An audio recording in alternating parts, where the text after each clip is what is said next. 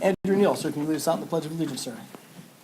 Allegiance to the flag of the United States of America and to the republic for which it stands, one nation, under God, indivisible, with liberty and justice for all. Thank you so much, everyone. Ms. Ricketts, can you please call the roll? Sikora? Here. Azadel? Here. Trenzi? Here. Cunnington? Here. Chapsky? Yes. Sylvester? Here. Deanne? Here. All here. Very good, everyone's here. So we would need, council, you had your minutes from August 14th, August 31st, and September 11th presented to you. Is there any need for addition, subtractions, deletions, corrections of any type? I did notice that it was stated that I was at the Labor Day gathering, and I was not. Okay. That was the only thing I saw. Thank you very much. Council, anything further for corrections, additions, deletions from the previous minutes? Very good, then we'll have a motion to approve the minutes. I'll make a motion to approve the minutes of August 14th, 31st, September 11th, with the one correction as noted. Moved by Sikora, supported by Osladell. Council, any discussion on the matter? Very good. Ms. Ricketts, will roll call vote, please? Sikora? Yes. Azadel? Yes. Trenzi? Yes. Cunnington? Yes. Chapsky? Yes. Sylvester? Yes. Deanne? Yes, very good. Motion carries. Thank you.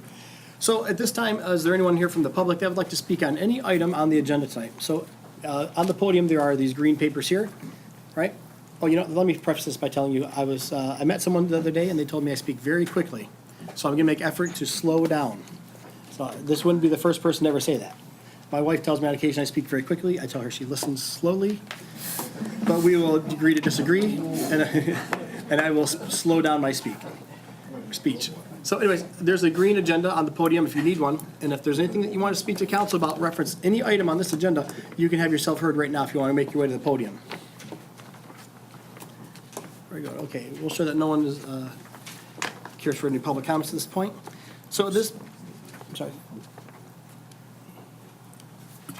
Okay, thank you, sir. So next on the agenda, item 2 is unfinished business. We had a traffic study presentation from Hubble, Roth, and Clark. Mr. Sal, I think I see you. So, Mr. Caniglero, sir, would you please make your way to the podium, you and your staff? Good evening, Mayor and City Council. I have Colleen with us today. She's our traffic engineer, and I would love to speak to you, but really she's the one that needs to talk because she's the expert and I'm not on this topic. So with that, I'm going to turn it over to Colleen. Hello. So to give you a little bit of background, HRC was asked to to give a price to the city for doing a traffic study for the intersection of westbound M59 and Cass Avenue. Now, there's a traffic signal there today, and there's been some discussions. So during our research for the traffic study review, we talked to Macomb County Department of Roads, and they, at that time, provided the sketch that you see on the screen. But let me talk for a minute before everybody gets engrossed in the sketch. So one of the things that we talked about is I tried to find out, is there any data available? Is there any information out there on what's happened in the past? And so we were able to get the concept sketch and a synchro model so that's a traffic simulation model that we use. And building that takes some time. So that was a time savings. But we talked to them and said, well, what would you want in a traffic study? And their first comment was, well, we think it's going to operate really well without a traffic study, but if you want to do a traffic study, we would like you to study traffic crashes, what's happening now, what can we save, how much can we improve things, look at the queues and things like that are on southbound Van Dyke and on Cass. So we talked through those things. And they provided us with all the information they had. They didn't have any new traffic counts, so the counts that are in the simulation model are 10 years old. It was the last time that MDOT retimed this corridor, looked at all of the signal timing and tried to figure out how to improve it and how to make it the best it can be. It runs on a cycle. So So we also had conversations with MDOT, and MDOT has actually already issued a permit for a temporary test of removing the actual traffic signal, and then, and they were in favor of that concept because they approved and when we talked to MDOT, they added a couple of intersections. So when we looked at this whole concept, if you zoom out just a little bit on that map, you'll see that there's the crossovers east and west of the main intersection, and those crossovers, MDOT added that to the scope of the study, to look at this whole area. So that ends up being 6 intersections and studying all of that. And, you know, with data collection and studying it, it can be expensive. So we gave the city a price of $12,000 to $15,000. But when we talked about it, there's 2 options. One option is to do a test now without a traffic study and see what the benefits are and what concerns there are, or to do the traffic study and then follow up with evaluations later.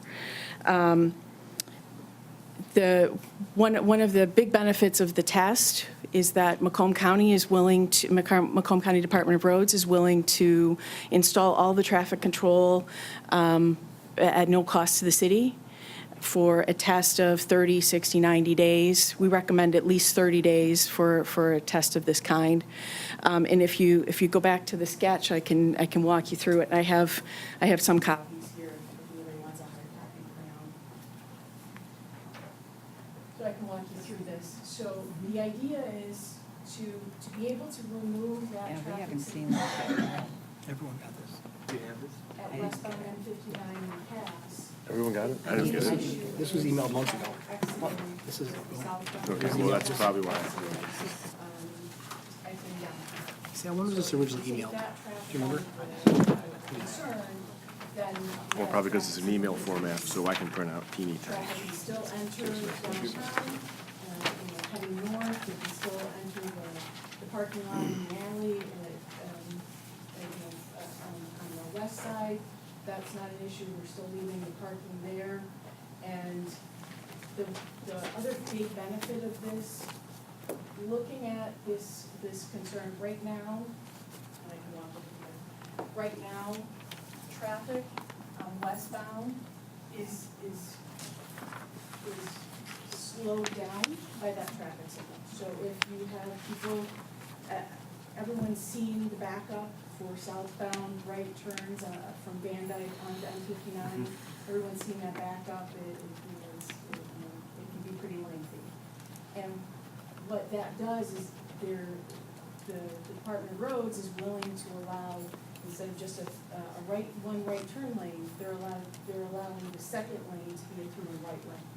So that's an important benefit of this concept. So, Miss, one thing I noticed, if you look on the map, the display, the traffic that is in the right-hand lane southbound is all merging to the right, and there's 2 through lanes going south, and then there's a flare lane allowing traffic to go to the west as you approach Hall Road. There's one car in the through lane that's not turning in the right-hand lane, if you will, of the through lane. The left lane's occupied by 4 or 5 cars there, but that single car in the southbound through lane, which will be a proposed right-hand turn lane, that's going to allow a lot more traffic to turn right, because everyone's stacking up on the far right lane with anticipation of entering the flare lane. Right? So, So that'll make that movement that much faster. One of the things that happens now as well is if you're driving west on M59 and you get to the main signal at the intersection, it turns red, but the light it casts is still green to allow for that right turn traffic to move. And some people get really confused and end up running the light at Van Dyke, at the main intersection, and so we take away that issue, because people then can just turn right, straight, and have no issues there.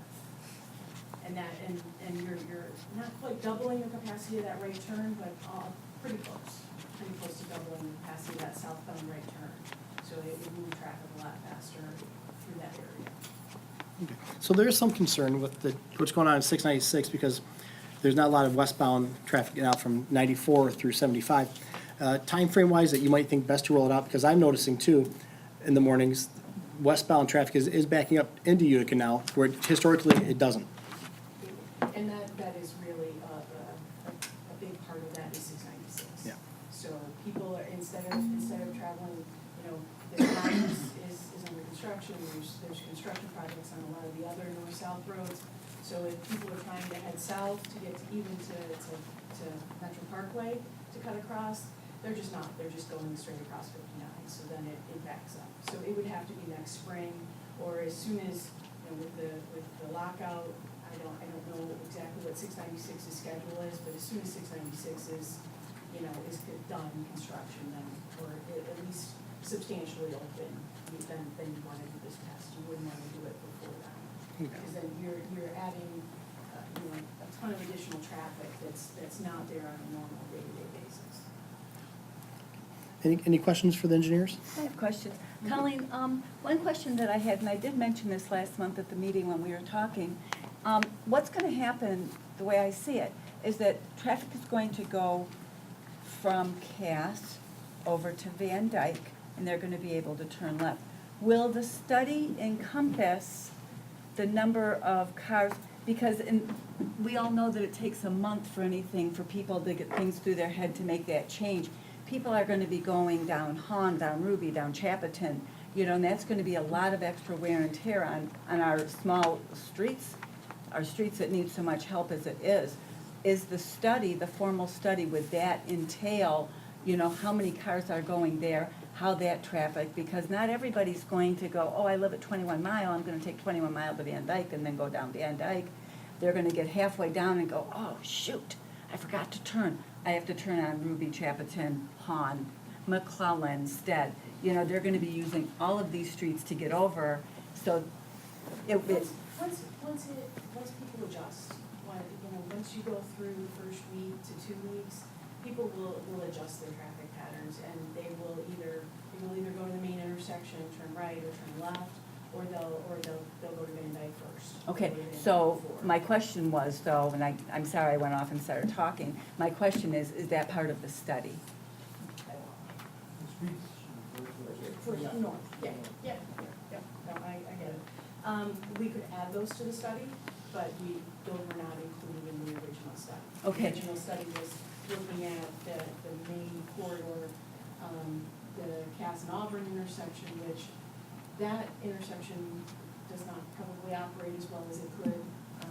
The last time that NDOT retimed the signals along 59, I don't think they really looked at that in any detail.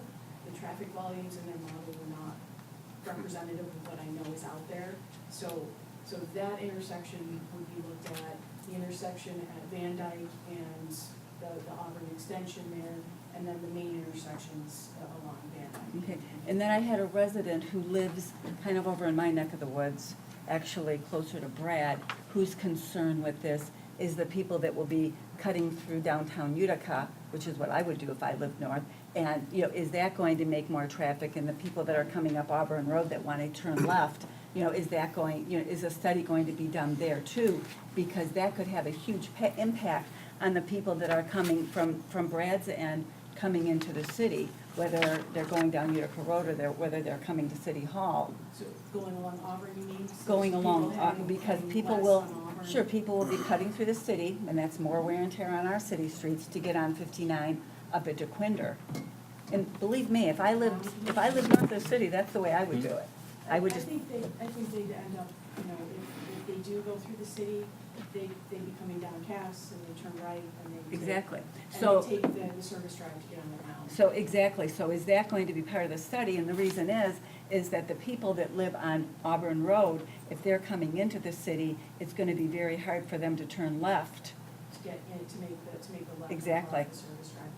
That is not currently part of what we had proposed as the traffic study. We would look at how much traffic is coming down Cass and then how much would actually be diverted, east or west. Because that was just brought to me by a resident just recently. Okay, Mr. Sikora? All of this is going to happen whether you do a study or not. You can do the study, and you still know that traffic is gonna back up, people are still gonna come down to Cass, they're still gonna cut across to Ruby, they're still gonna cut through town. We all know that's gonna, you can do the study and say this is gonna happen, you know what? You can say it's gonna happen without the study, it's going to happen. The adjustment period is what's going to fix that, okay?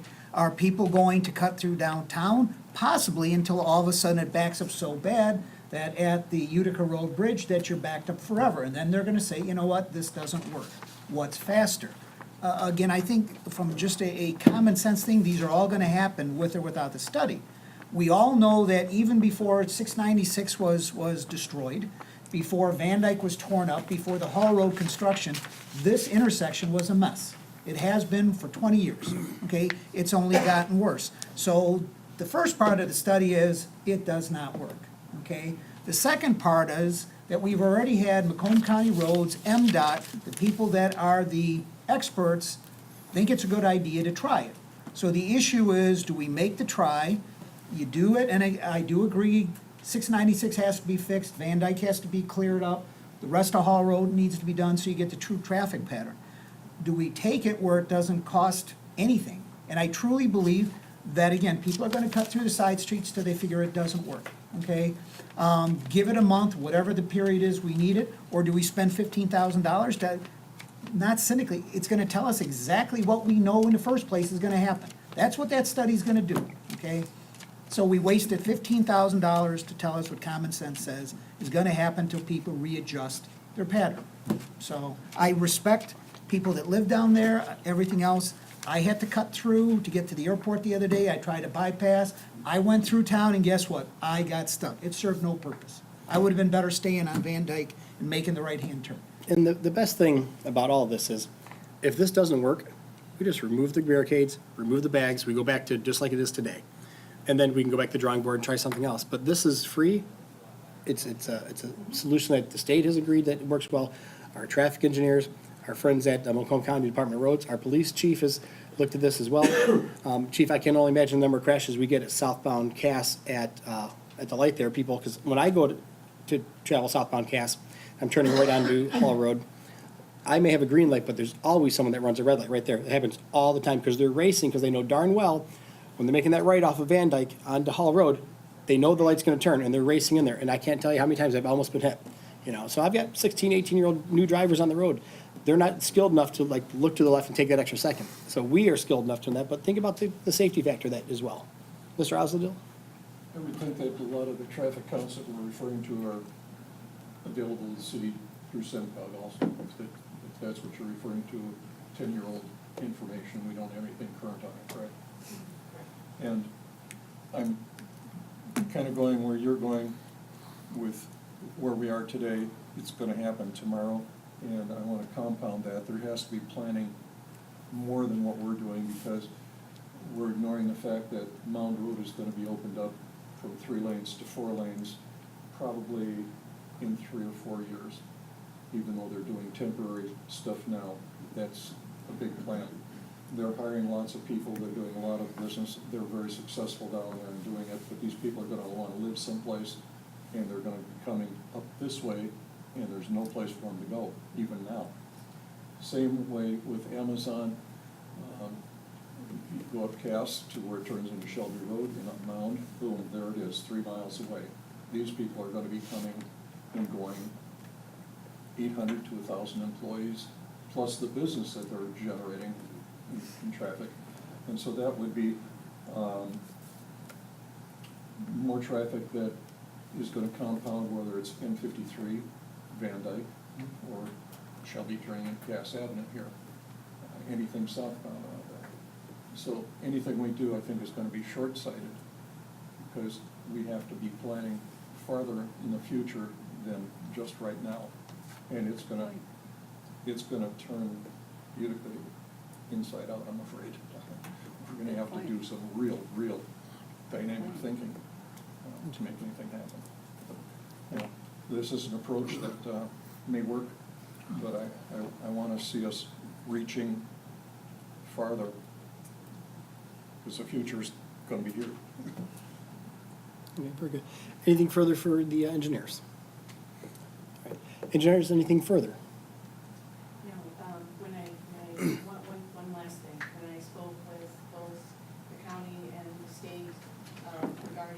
what they would require to get this going is they just want authorization from the city to move ahead with this. So, I mean, if it's next spring, then they've got plenty of time to plan, and you've got plenty of time to look at it, but that's all that they need to get going on this process.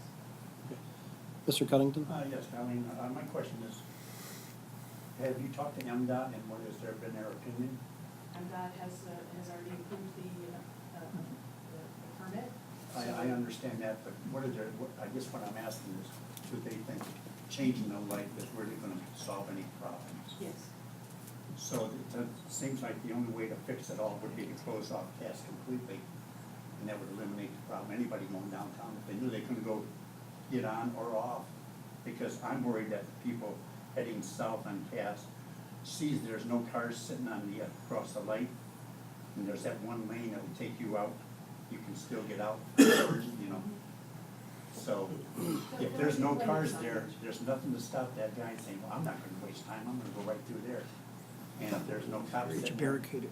Yeah. he could cause an accident with these people that are wanting to turn on the Cass. It would be barricaded in the But temporary only- portion. But only part of it, that's what I'm saying, they can go right around that Yeah. if they wanted to. Well, you can also go down Hall Road and take a left immediately and go But go we're to eastbound and the westbound. We will be causing this problem. Any other problem is already there, but if we cause this problem and something happens, then we're just as negligent as that guy that's driving, because we caused it. You're, There will be plenty of signage that force you to turn right or left as opposed to going straight through. And, you know, if it became a permanent condition, then we could look at, you know. What I'm worried about, though, is that one person that could cause that real bad accident, that's what I'm saying, you know, and there's always, Any always one-way, one. any one-way road can have that Right. option, but if. But like I say, I'm just pointing out different things. Mr. Sikorski? I understand your concern.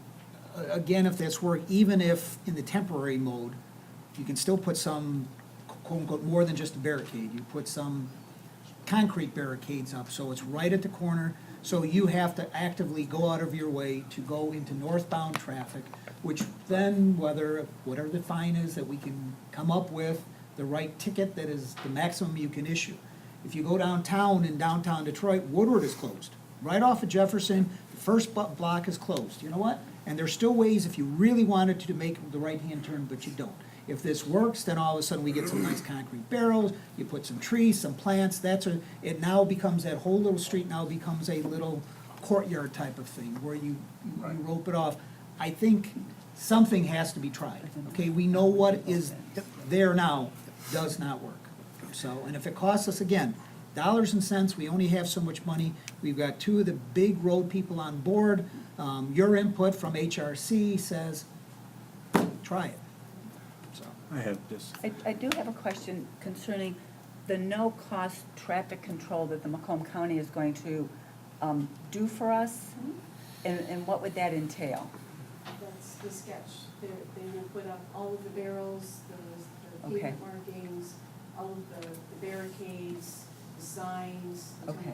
They take care of everything, even bagging the traffic signal, so that, you know, people don't think that they can still go through that, go through that, make that southbound movement. They'll handle all of that. Hey, Mr. I just- Chofsky? That's in terms of, so when you spoke to MDOT, MDOT told you that removing the signal would eliminate all the issues? It's not gonna eliminate all the issues, but it's gonna definitely improve safety, and along westbound M59 and for southbound Cass, and it's gonna improve operations. So one of the things that right now, there's a lot of time that needs to be, you know, for that southbound right turn movement, and that will improve dramatically. When you say by safety, can you articulate So that? the rear end crashes that you're seeing between the two intersections, the rear end crashes that happen because everyone's queued up at the Van Dyke signal, those things can go away when you're improving that traffic flow. How many rear end crashes have we had in the city? There's been a handful every year. I haven't gone through the full crash numbers. Okay. And that's nothing, and I just keep going back to this, that's why it is important to have the specific data for a traffic study, because when you say certain things, what are the specific numbers? how does it impact residents? Like Faye said, on Ruby, Shapleton, Han, McClellan. That's vital because that's a major traffic shift. Chief Wilczek, sir? Yeah, on every serious accident that we've been on, I mean, very serious accidents, people were focused on the second light. They didn't even see the first light, and we've had a lot of side impact rollovers at that intersection. And every one of them has stated that, I didn't even see this light, I saw that light. And that light's already red, and that one's still green, and they're hauling the mail, and these other people are coming through the intersection, so. Mr. Alves? From safety standpoint, I think it's a great idea. For us on SEMCOG's website, and you could access that to find out. All right, well, thank you, Colleen. Anything further? Anything further for the engineers? Okay, well, thank you so much for coming tonight. Thank you. It is. We'll talk about it again. Okay. So the next item is going to be consent business. There was none. Correspondence, we had zero correspondence that was documented. We do have Carlos Coronado from 46215 Terrace Drive, a sewer reduction request. Sir, please, would you make your way to the podium and offer us your name and your address, please, sir?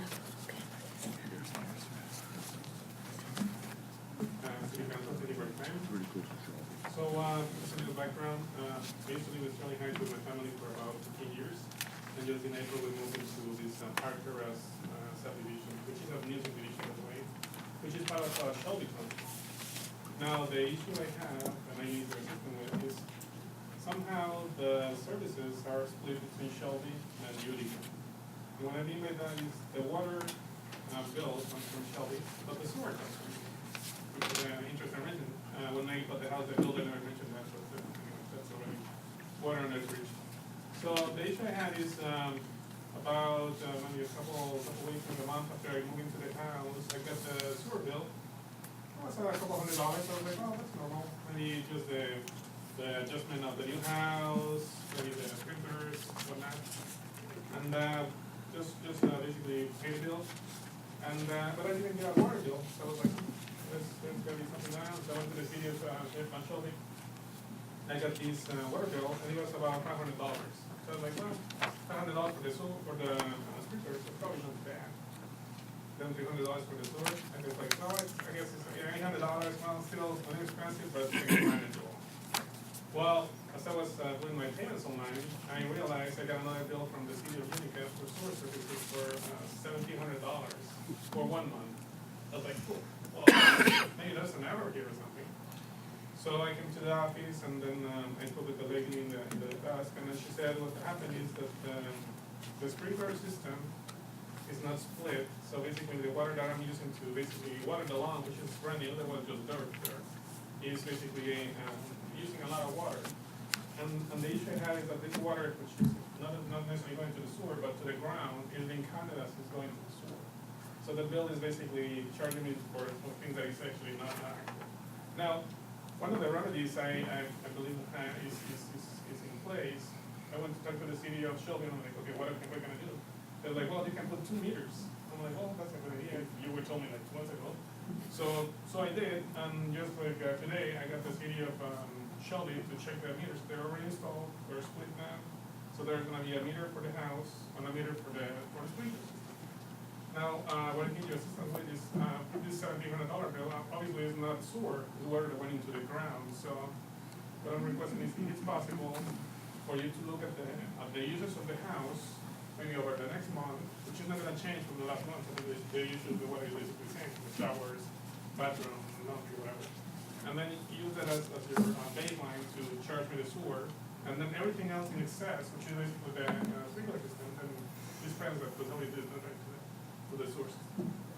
Wait, I understand your concern as well, because. By the way, it's not just me, it's like 3 or 4 of my neighbors have the Sure. same issue. Okay. Are council members familiar with the difference in Shelby and Utica water and sewer costs? Everyone's familiar? Okay. And for those that don't know, if you're on one of our boundaries with Shelby Township, you may have a Utica water service and Shelby Township sewer service, or vice versa. And there's, for some reason, I believe it's actually double. Mr. Ricketts, is that correct? It's actually double if Correct, you are, double if you're a rates. Shelby resident receiving Utica water, your water bill is double. And conversely, if you're a Shelby resident receiving Utica water, your bill is double. And I don't know why that exists, but I'll tell you, Mr. Lang and I went to have a meeting with Mr. Stathis and his DPW superintendent, and we asked, what's the possibility of just washing the hands of this, and sewer's rate is regular, water rate's regular, and we couldn't find an agreement with them.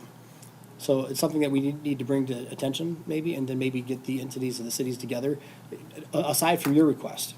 But so that this doesn't have to happen again, because it's really unreasonable to pay double water just because you live, 100 block, or 100 yards, within inside the next community's border. So there's definitely something to be presented, but, so council, Mr. Coronado is asking if we consider a reduction on his sewer based upon future use, Yeah, so the house used to. because he now has the maintenance meter in place. So me and my 4 kids and my wife, obviously, we're gonna be using the water same way we use it every month. And then since we have now 2 meters, you can precisely determine how much is the house usage, which goes into the sewer, and how much is the sprinkler system, which, by the way, we're gonna winterize pretty soon, so we're not gonna get any more water for the sod. So if that's something fair, you can agree or approve, and we'll probably. Okay, so, one second, please, not to interrupt. Chief Cody, can you grab Mr. Lang? He's stepped outside for a second. Mr. Osler, sir? Mr. Lang's getting in here. This is not unique to Shelby Township and Utica. This is also true with residents in Sterling Heights. And I've cited the people that live on Kemp on the one side of the street. Okay, and they also suffer, or are subject to the same billing? As I understand it, the agreement Okay. is the same. They're using our services, and that's how we bill them. Okay. So, Mr. Paternoster, can you add to this as well? Because you're familiar with this as well, are you not? I'm familiar with the issue. I was not familiar with this particular request until this evening. So, I've been here 27 years almost, and it's always been the arrangement. Shelby Township charges our residents who are on their system double rates, and we charge their residents on our system double rates. I can't imagine how that came about, where someone's like, I got a great idea. Let's charge everyone extra. I just don't get that. Part of it was originally when we went, let's say, north with our services. We had no city, no residents that were using that. So the lines that were taken out to whatever subdivision out there that we're servicing that's how we recouped our cost, Yeah. okay? Other than that, those people would not have had water and/or would not have had sewer. So that is the recouping of the costs, and that is still basically the same type idea that has gone through forever. This is not the first time that people have brought this here. Again, it's the idea of precedent. Again, Kemp Street is the same way. I don't know the name of the subdivision just north North of the cemetery. of the cemetery. That's his. It's Buck Terrace. That's his. Yeah, well, that's the new one, but even the other one north of that is part of that, isn't it? Oh, Lincoln. Lincoln Meadows, Yeah. that has been that way. Shelby Court. Yeah, so that has always been that way, so to say this is something new or something not expected, it was the idea of how does either city, for the services they run, and what's in the ground and maintain it, how do you maintain that when they are not even our residents, but we have to do it. So, I feel your plight. The sewer bill is based on water consumption, plain and simple.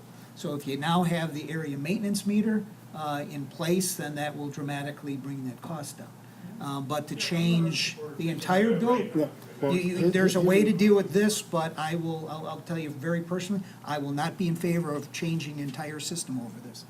It's the way it's been. Well, but to change the rates or billing or bringing it, only have one charge this rate and one charge that, that's recharging a whole, and that's not just something that we would have to do. Shelby Township, it sounds like they are not interested in doing it. So at that time, they're not gonna do anything for our residents, not to say that's fair. But I can understand with possibly doing something, if you've never been here before, I never approve any water rate reduction. It's just, it sets precedents, which means you come today, then somebody else has an excuse. My sprinkler ran, I forgot to turn it off, I have this high bill. We've had people go to Florida and their sump pump ran and they want their bill. We get charged one way or another by the city of Detroit for not only the water gets charged, whether that water went into the ground or back into the sewer, we get charged for that because that's how they monitor part of it. So I feel for it. I think the idea of changing all of this is a monumental task, and it then doesn't let us recoup our costs. If somehow you feel there's some way you want to deal with some of that, maybe, but I just think you're opening up a huge can of worms. In the past, we put people on payment terms to make it financially more stable and reasonable to do it, but be careful of what you do. All right. Mr. Coronado, anything further, sir?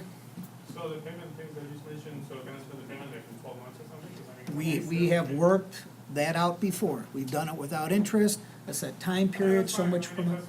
Yeah, well, and I'm not trying to be the ultimate bad guy, but it sounds like it, but we'll work with you, and we understand all of a sudden you move in a new house, you're trying to do the best, you want that lawn to look green, I get it, okay? You've made that other step, okay, with the meter, which will save you tons of money. I've had mine since the day I built my house, and it's wonderful.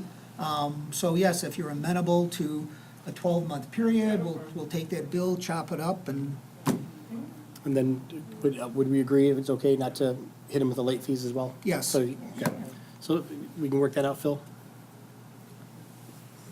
Between the clerk's office and the treasury, we can work that out. Okay.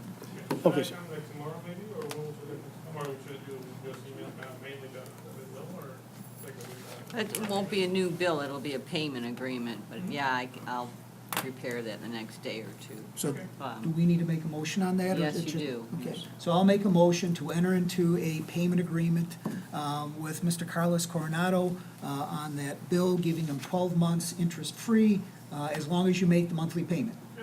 Because if you default, then we go back and charge back interest and everything else. Support. So moved by Sikora, supported by Ms. Terenzi. Council, any further discussion on the matter? If not, Ms. Ricketts will have a roll call vote, please. Sikora? Yes. Azadel? Yes. Torenzi? Yes. Cuddington? Yes. Chopsky? Yes. Sylvester? Yes. Deanne? Yes, okay, very good. Motion carries. Okay, Mr. Coronado, good luck with you. Mr. Coronado. Thanks. Next item is going to be a recap from our Fork and Cork. We have Mr. Mark Nicholson. Mayor, thank you, council. We're here tonight just to play a short video, just to kind of give you a little bit of a recap of the Fork and Cork Festival, which took place on September 21st and 22nd. Before we play the video, though, I just want to take a minute to thank, again, the mayor and council, but most importantly, fire department, police department, and the DPW, who, without which this event would not have happened. And everybody in every department was just phenomenal, and we greatly appreciate your support. The event was successful, based on feedback from attendees, based on feedback from the exhibitors. We had a little bit of wind on Friday that week in Fetchburg. At one point, we thought the festival was gonna go about a mile further east because of the wind, but that didn't happen, fortunately. But just, we can't thank the entire city of Utica and the residents as well for just, helping us put on a wonderful event. And, before we come back in front of council, our plan is to, for next year, we're gonna meet with each of the departments. We want everybody's input, and that would also include the residents too, to see how we can improve upon what was a good event and make it even better in the coming years. So- But we'll play the video. Mr. Lang, would you do me a favor? Would you please check the microphone, make sure it's working on the podium? We got a message that it's from a local viewer, says it's not broadcasting. Now it just came back on. And Chief, can you make sure on your left, Chief Wilsack, make sure on your left-hand side it's plugged into the bottom of the desk? It just came on, yeah, he Okay, just thanks. wiggled it. All right, very good. So, Okay, Yeah. so we'll play this here.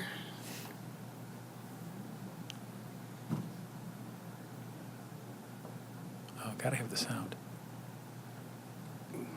Sorry, it's all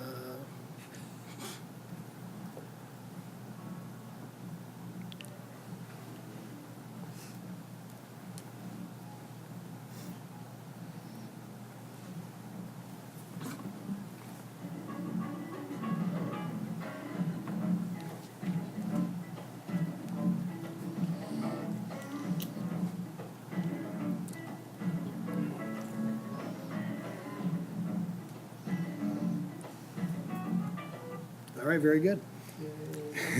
So what I'm not showing you is they, it's so bad. They videotaped me singing. It's so bad, it's not good. Let's turn down the volume maybe or something. Better to see than hear. Yeah. Oh, there. So the entertainment guy's like, hey, come on up on stage and sing. I'm like, that's not what I do. Yeah, audio's not working. I don't know what happened. That's okay. Super unfortunate. There you go. It'll be Yeah, on no, YouTube. nope, it's been deleted or something. You could get your Scrub for the record. Gazette.com. The last thing, and I'll leave you with this, is after again thanking everybody, we were able to raise $2,000 for the Humane Society of Macomb. So they are very thankful, and again, I thank everybody. Thank you very Thank much. you. Thank you.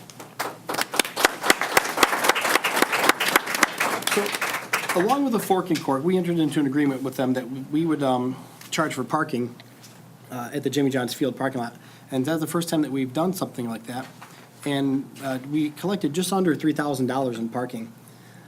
We did ask that Jimmy John's Field, because they are expert at parking folks in that particular parking lot, they staffed it for us. So they sent us an invoice, I think $500 for the manpower that they used. So we netted somewhere about $2,500-ish for the parking that was used. And so hopefully in future events, we can do something like that again and finally get some forward dollars coming right up out of that parcel. That'd be great.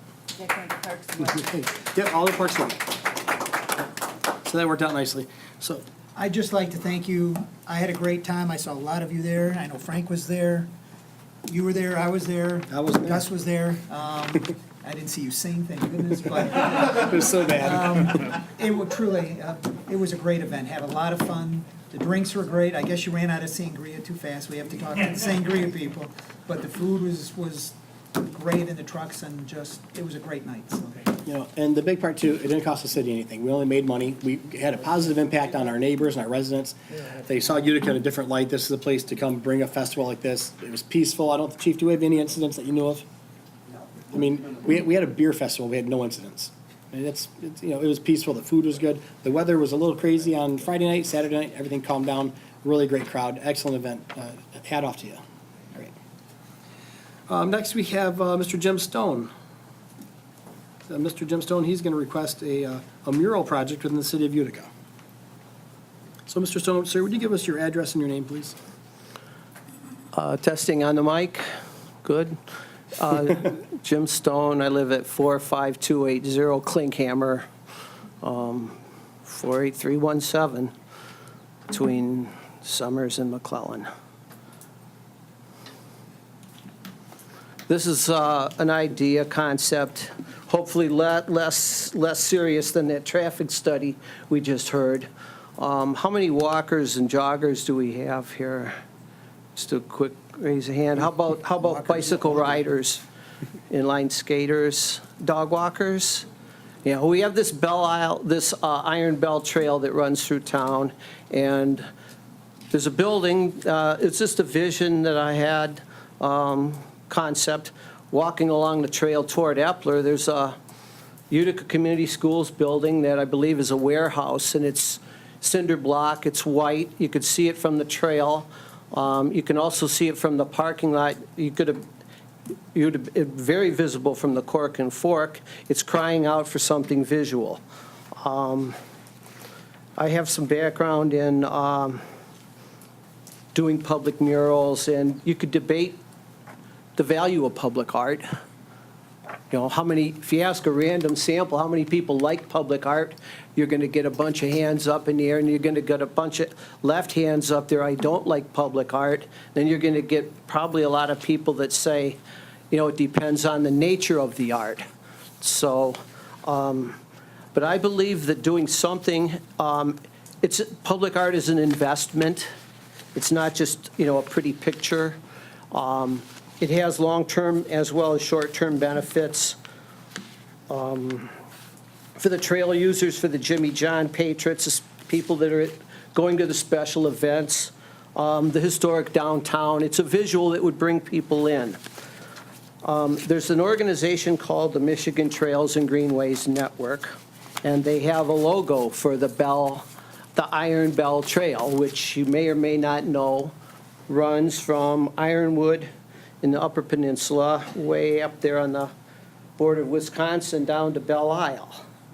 It branches into two, and one section of it goes through Utica. Connects with Shelby, Yates Cider Mill, the Paint Creek Trail up through the Thumb. And that's a potential visual that could be placed somewhere, you know, with a professional artist. As far as the design process goes,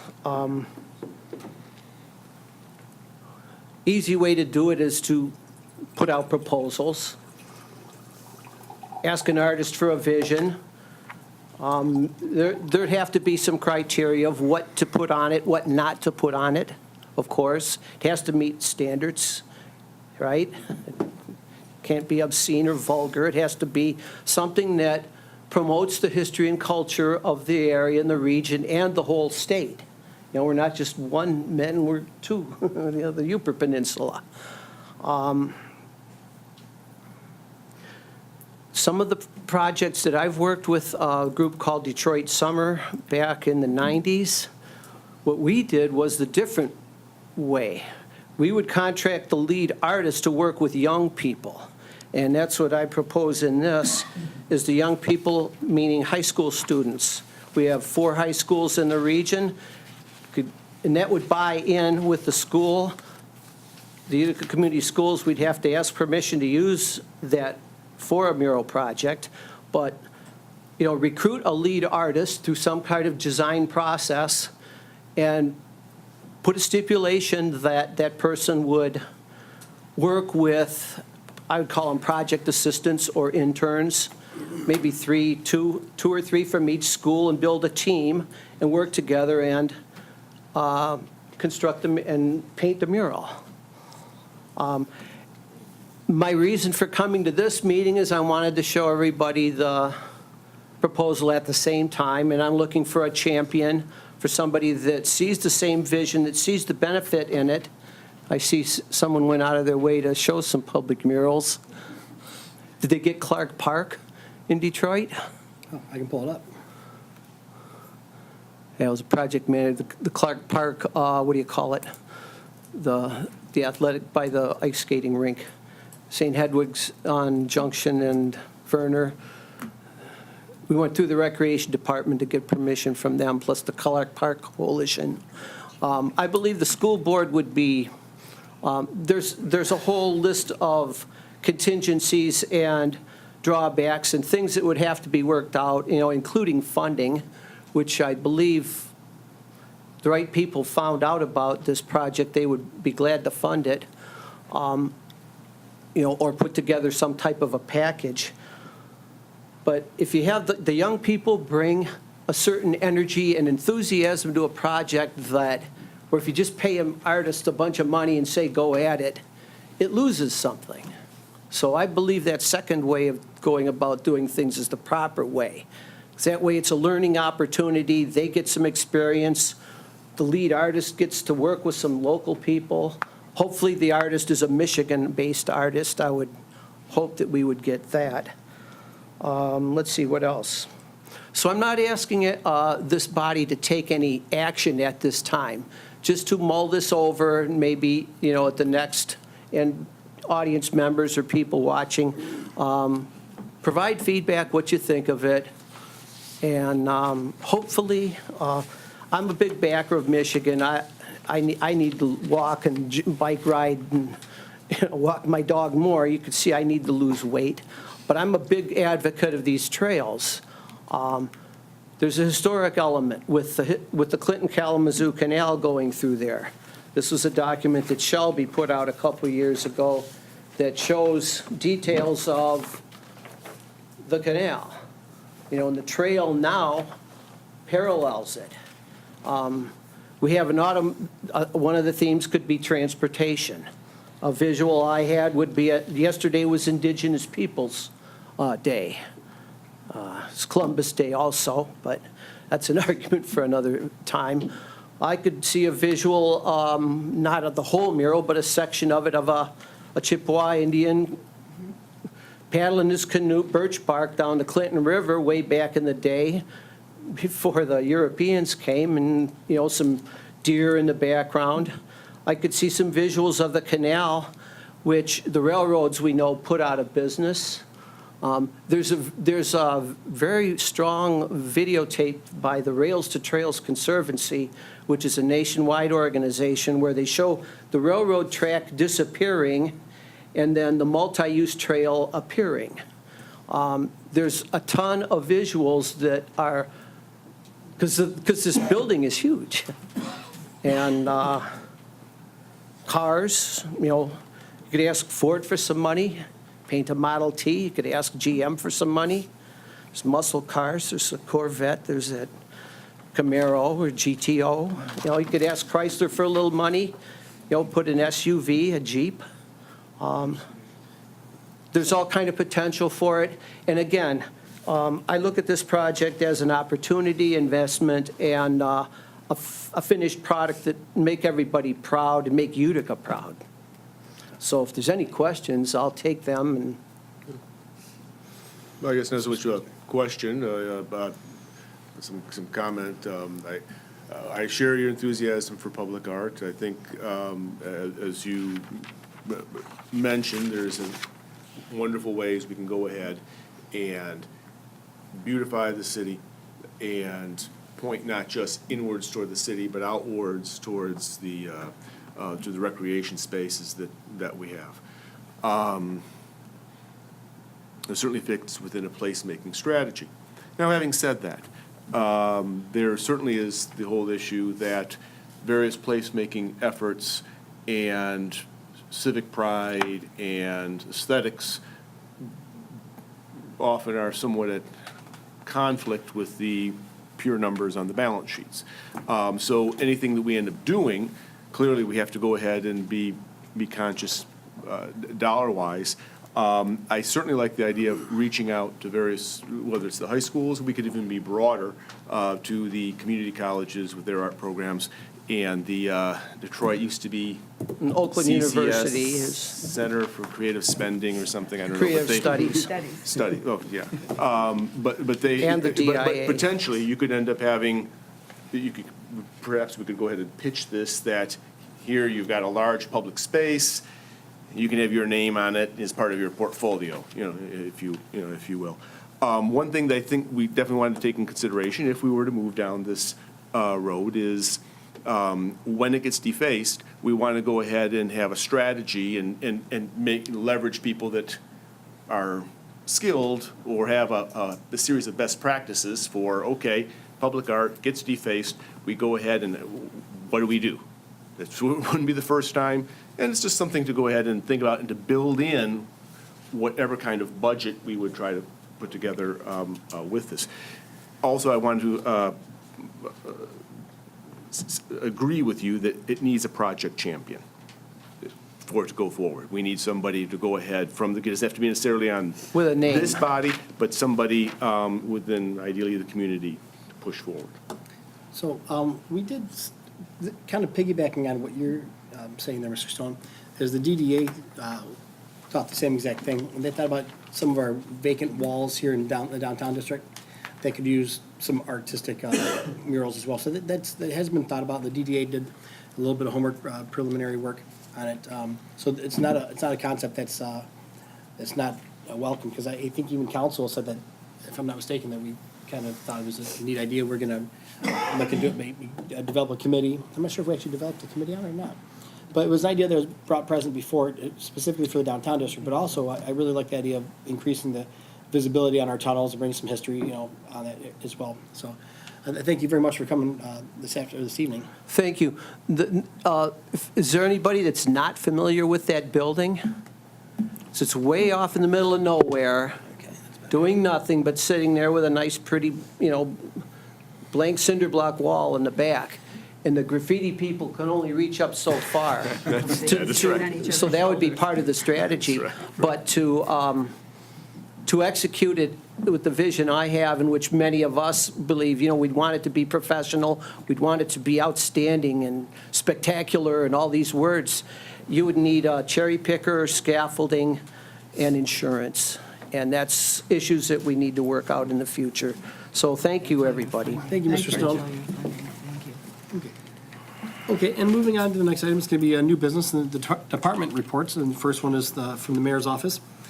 Today I was invited to the American Legion, Victor Rick, American Legion on Cass Avenue and Shelby Road. 351, I'm sorry? 351. Yes, American Legion 351.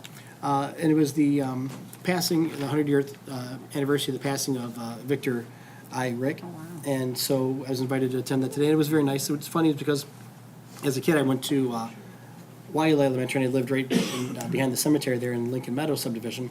And my first job was to serve coffee there in the 6th grade and soft drinks to the ladies and the gentlemen that were playing bingo there. So it was kind of nice to get called back there as the mayor and be like, hey, it's kind of full circle, being able to recognize one of our war heroes.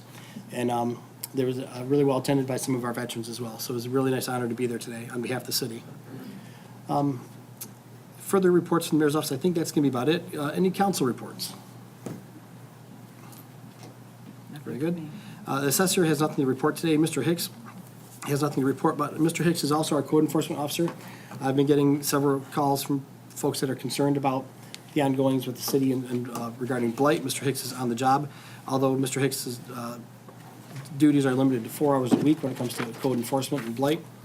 That's something that I think council should look at, potential increasing his hourly or his hours within the week to help additionally enforce blight until it's a very good handle on it. So we'll leave it at that for now. Fire Chief Kevin Wilczek, anything, sir? Yeah, we had our open house, which was successful. We ran out of food, and everybody was kind of happy. The weather finally cooperated for a year. So I'd like to thank all the guys that turned out and did all the tours for the people in the smokehouse from Shelby that we borrowed for the kids that learn about fire safety. And never had so many people go through that in the 10 years I've been here. This was Sunday. Very good. I And think it was part of the weather's been so bad, and we were the first open house. and as well, one of our local Utica High School graduates, John Darvin, he had produced a video. I don't know if you saw it, it's on the city's Facebook page. He's actually a really talented videographer, and so some aerial views and some just kind of some nice views from the gathering. So he did a great job on that too. So give him some credit. I'd like to thank the guys that are going to the schools right now, volunteering their time to take fire trucks to the preschools and kindergarten classes. All right, thanks, Chief. Chief Cody, sir? What I would like to add is that the Utica Police Department is currently looking for crossing guards. We have a small complement of crossing guards. Some of them have moved on to greener pastures with different types of activities. So we're looking for some people that would be interested in coming out during the school hours, both at arrival and dismissal times. And if there's anybody in the audience that's interested, please contact the Utica Police Department. You can ask for Sergeant Kaluzny, and he'll take your information, answer any questions that you might have concerning that position. Very good. Anything further, Chief? No, nothing further. Very good. Next, Mr. Lang, DPW Superintendent. Yes, Mayor and Council, had a late addition to the agenda tonight. I would make reference to the paperwork that I submitted to you before the meeting. That's particular to the Sterrett Street lift station. That's a sewer pumping station that services the northeast quadrant of the city on west of 53. Pretty important lift station. Anyway, we experienced a catastrophic failure of one of the pumps in that lift station and removed it and sent it out to Kennedy Industries, a repair facility that's the dealer for the flight pump that is now out of service. And I only received today estimates based on either replacing the single flight pump or having it rebuilt, and those documents are in front of you. One is the replacement cost, which would be under the email type form with Kennedy Industries at the bottom. That references an approximate $19,985 to replace that flight pump with new And then I would call your attention to the other document that would be stapled with 2 pages. And on the second page, a thorough, complete rebuild and testing of the existing unit at a total cost plus field service install assistance of $10,475, of which I would recommend that we follow that route. It's pretty common practice to rebuild existing pumps of this nature. We've done it once before, at least in my career here. Kennedy Industries is a company that's been around and does excellent work, as well as the Flight Series pumps by trade name. That's a proprietary pump in the sense that the dealerships, you have to go to a specific area to where Kennedy Industries has, like most of southeast Michigan, under their control as far as repair. I'm sure there's pump rebuild facilities out there that would look at this and rebuild it. However, I wouldn't recommend it. Kennedy Industries uses all OEM certified brand-new parts to reconstruct and actually rebuild the existing unit. So the savings is in the castings and some other parts of equipment that are reusable, so. Currently, the lift station is functioning fine. It's a triplex system, so we have backup pumps that are there to manage the effluent that needs to be taken care of. However, it is designed to have this other pump back in, so I would ask approval for the amount of $10,475 to Kennedy Industries for the approval of the quotation for the rebuild, repair, and field service tech help to reinstall that pump once it's back in service, with an estimated time of about 2 weeks from approval. Any questions? Questions from Mr. Ling? Is this the same company that takes care of the lift station that we put in over? Yes. Yeah. We've just gone through a complete rebuild, a Utica Park pump lift station, and of which Kennedy Industries will walk us through And you've work got an through option that. there of a chrome impeller. Yeah, we do. I wouldn't necessarily recommend that. The normal pumps don't come with the chrome impeller and chrome wear ring. And the typical life expectancy is 15 to 20 years, of which this one's exceeded the lower part of the 15. And with it being a rebuild, I don't know that would serve us as being necessary for that extra cost. So, and we haven't, the other ones that we've done in the past, we haven't put that option in. Has this particular pump been rebuilt already? Not this one, no. Not this one. And we've gotten roughly 15 years out of it? Yeah, 15 plus. Do you anticipate the rebuild, when I'm looking at everything they're doing, the state of the windings, everything? Do you anticipate it getting us at least 10 years out of a Yes, rebuild? yeah, absolutely. Yeah, part of the reason, for not putting the extra money in it is the fact that, the housing can wear out over time, and then they can rebuild that up. And the other thing that can happen is people and contractors that work on the system, repairs and things, there's different things that get into our system that aren't normal for a sewer system. And something like that, a foreign structure, be it whatever, a rock, a piece of metal, can get sucked up in these pumps and wipe them out that quick. So that's another reason why I wouldn't spend the extra money on the new one would be fine, but I would, we can do just fine with the rebuild, and I wouldn't necessarily request the upgrades to the wearing components, just because of the dangers that exist by the foreign matter that can get sucked up into it, so. What was it? So Mr. Cuddington had one, sir? No, you already. Oh, very good, okay. What year was the lift station built? Whoa, that's long before my time. 1996, if I might say so. I think that's when it was rebuilt. That was when that lift station was built, in 1996. The original lift station collapsed and they relocated it in 96. That's right, they rebuilt, they reconstructed the old lift station, or actually moved it, but they built it. There was a lift station there prior to. Yes, there was a lift station in the street, under the street, and it collapsed, so they moved it out of the street. Right. But I believe they put new equipment in at the time that they built it. Oh, I'm sure they did. So we got like 22 years in. 22 years. Mr. Oslo? What kind of a motion are you looking for?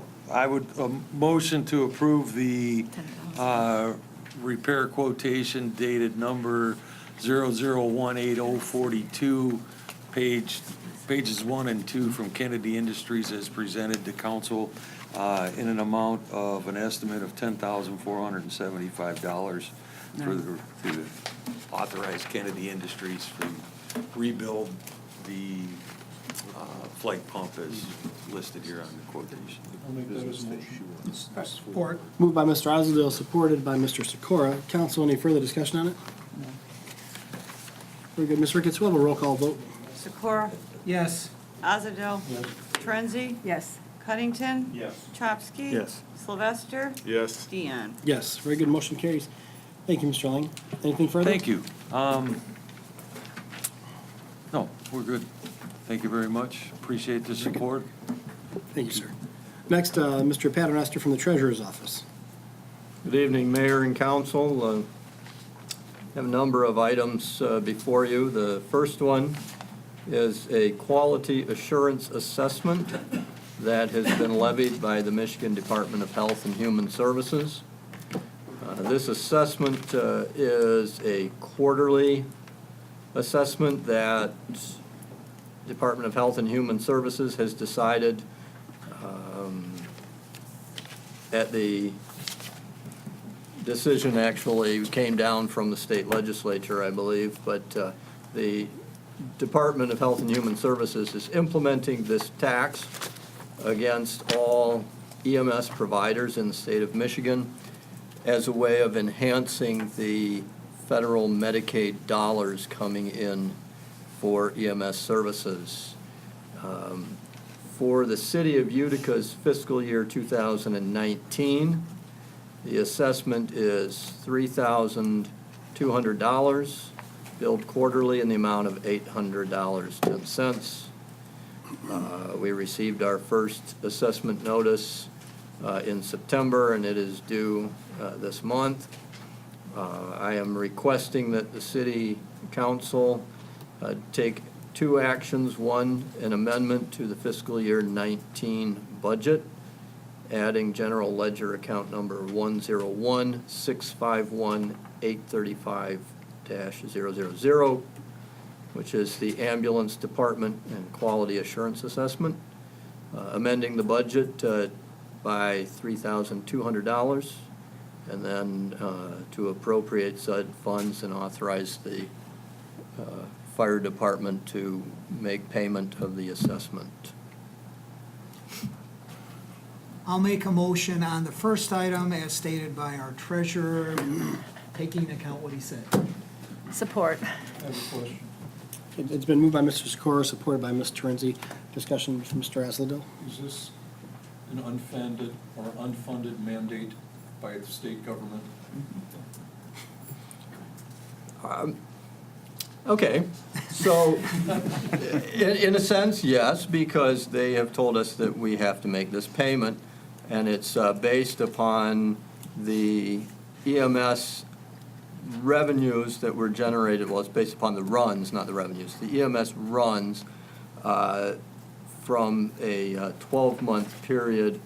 I believe it was ending September of 2017. The Department of Health and Human Services would argue that the net revenues to the EMS activities will increase by more than the assessment, so they would argue it's not an unfunded mandate. And the state legislature would say, we think communities should pay into the state for what they're mandating. We had numerous meetings on this, and supposedly it was dead in the water last January. We never heard anything about it, then all of a sudden, we heard we were getting taxed. So I believe this has a sunset clause of 2020, but I'm not positive on that. I haven't really seen all the paperwork on this because we just got the thing in the mail, so. And Acumed is going to do a cost survey for every department to see if the tax is really going to, or we're going to outweigh the tax with the funds generated by more of the Medicare, Medicaid funding that they supposedly negotiated for us. Would anybody mind if I brought this up at a macro meeting? No, it's fine. We would encourage it. Yeah, there was nobody happy about this when it happened. I mean, we fought it. We had all the state legislatures there, and we thought it was dead in the water. Then all of a sudden, it reappears. And all of a sudden, we've got $3,200 bill. Mm-hmm. So, So it's a mandatory bill that we pay on the future promise that we might get some of it back. right. Correct. So the state, no matter what, wins, and we may get a little bit back, break even. I don't think we're ever gonna come out ahead, but. So, okay. Yeah. So, Give it very back good. to them a grant. Is there further discussion? No. Okay, very good. It's been moved, it's been supported. Ms. Ricketts, we'll have a roll call vote, please, ma'am. Sikora? Yes. Azadel? Yes. Torenzi? Yes. Pennington? Yes. Chopsky? Yes. Sylvester? Yes. Deanne? Yes. Very good, motion carries, thank you. And we'll be on to Phil. There was the second part to Phil's motion, wasn't there? The second Divided part up. was to authorize payment, yes. Okay, so I'll make a motion to authorize the payment for what we just did. Support. Okay, it's been moved by Sikora, it's been supported by Torenzi. Any further discussion? Very good. Ms. Ricketts, an additional roll call vote, please. Sikora? Yes. Azadel? Yes. Torenzi? Yes. Pennington? Yes. Chopsky? Yes. Sylvester? Yes. Deanne? Yes, very good, motion carries, thank you. So, Mr. Patmaster, on to item B. Item B is the 2018 Public Act 207. The state legislature created a supplemental city, village, township revenue sharing. The city of Utica is the recipient of $3,843 for the year, which, and I quote, "must be used to pay down debt, pension, or other post-employment benefit obligations," end quote. What was the total, Phil? $3,843. Drop in the bucket. What are we gonna do? A drop. This amount will be distributed over the state's fiscal year beginning October 2018. 1/6 of that amount will be distributed every other month, so October, December, February, April, June, and August of 2019. I'm sorry. There are 3 actions the city council needs to take. The first one is to amend the fiscal year 2019. I'm sorry, first of all, let's back up. The city council needs to decide how it's going to use this $3,843, either to pay down debt, to pay down one or both of our pension systems, or pay down our other post-employment benefit obligations.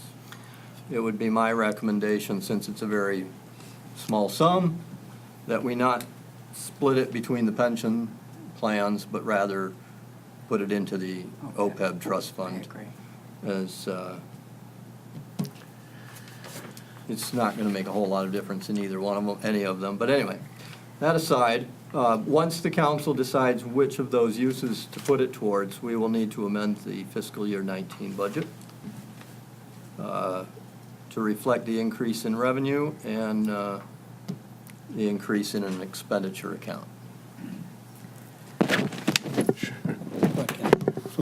I'm just ready to make a motion. I'm ready to go make a through. motion. I'll make a motion upon the recommendation of our city treasurer to take the $3,084.03 and pay down the city's OPEB liability, and then amend the budget. We're going to do this all at one time. The general fund budget being amended to show the revenue and then in the expenditures by the line items listed on the letter dated September 28, 2018.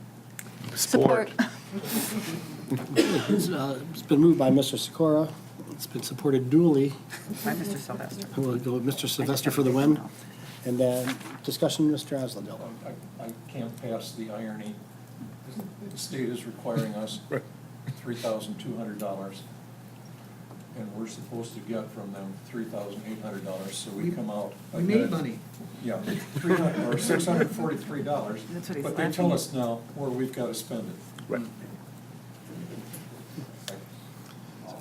Well, it's been moved, it's been supported. Any further discussion?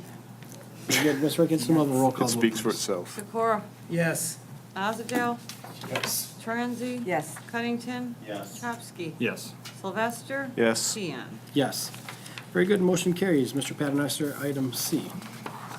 Item C, Pioneer Park budget amendment request. You will recall at last month's council meeting, the council authorized the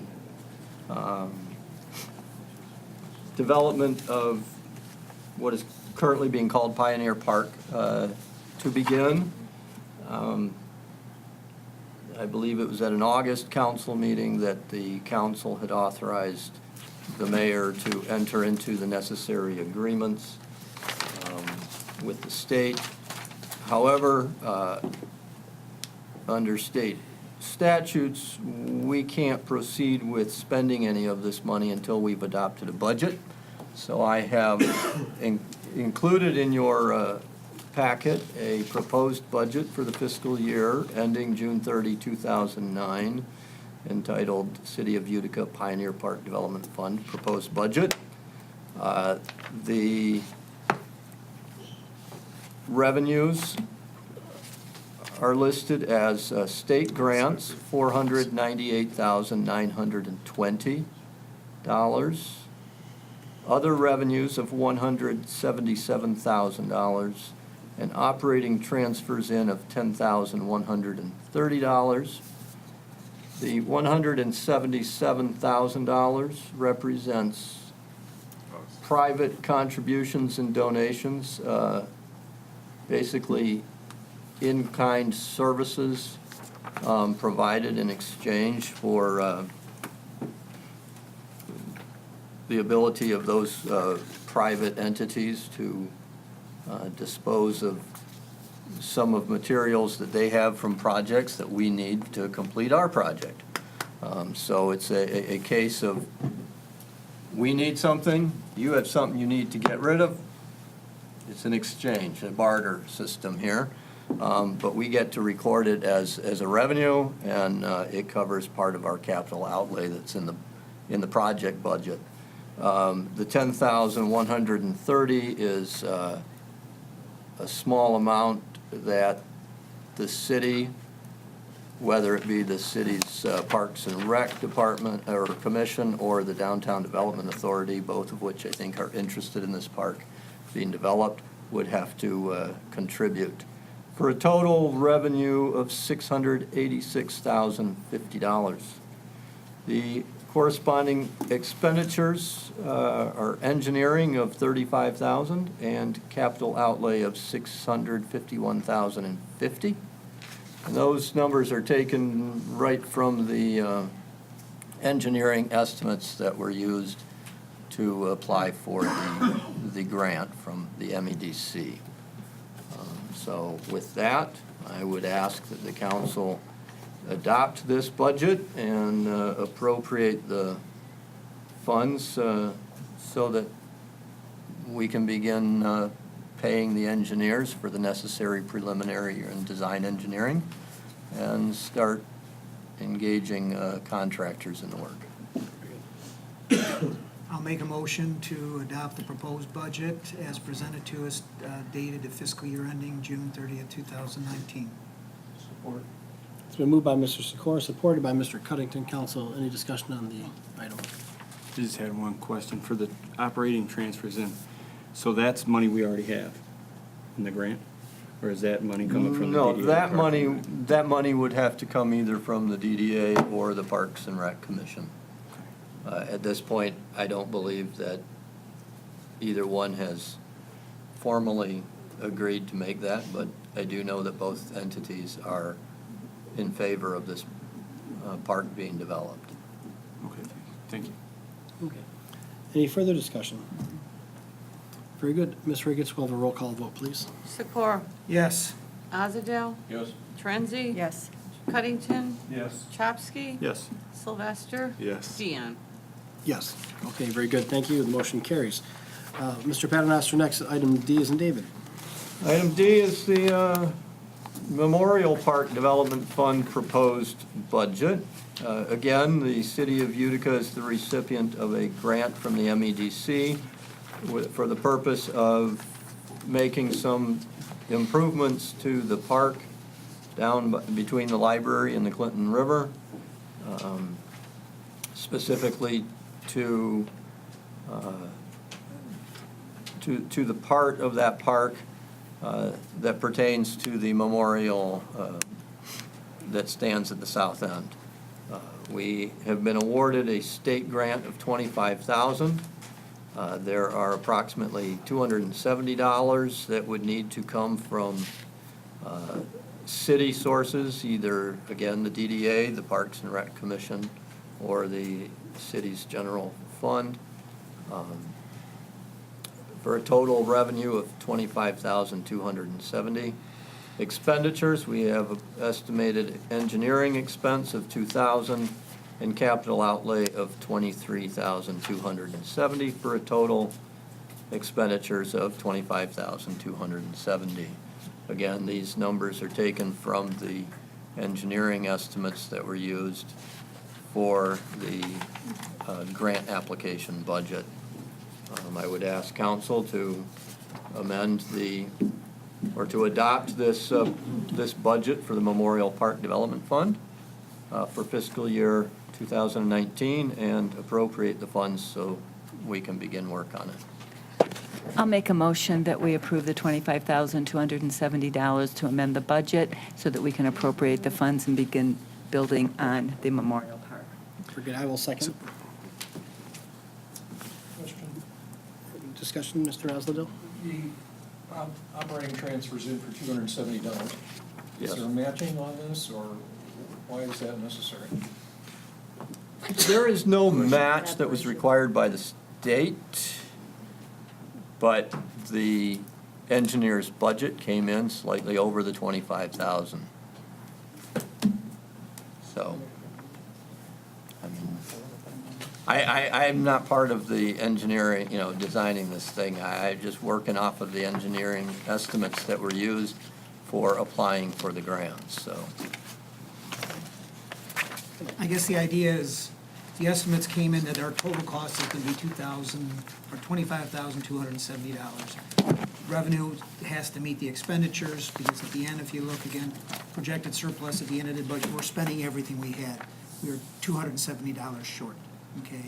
I mean, if the city doesn't want to cover it, I'm sure we can find enough people to cover it to help. This is, again, a tribute to our veterans. That was Yeah. my point. No, I was I- even thinking that on the previous one, and I'm trying to figure out. We're $270 short by estimates, so.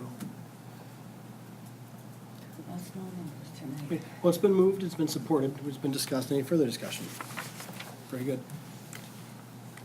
I'm sorry. Mr. Lang did you had have a comment. something? Oh, Would you grab the microphone, sir? I'm sorry, just a comment that I would add.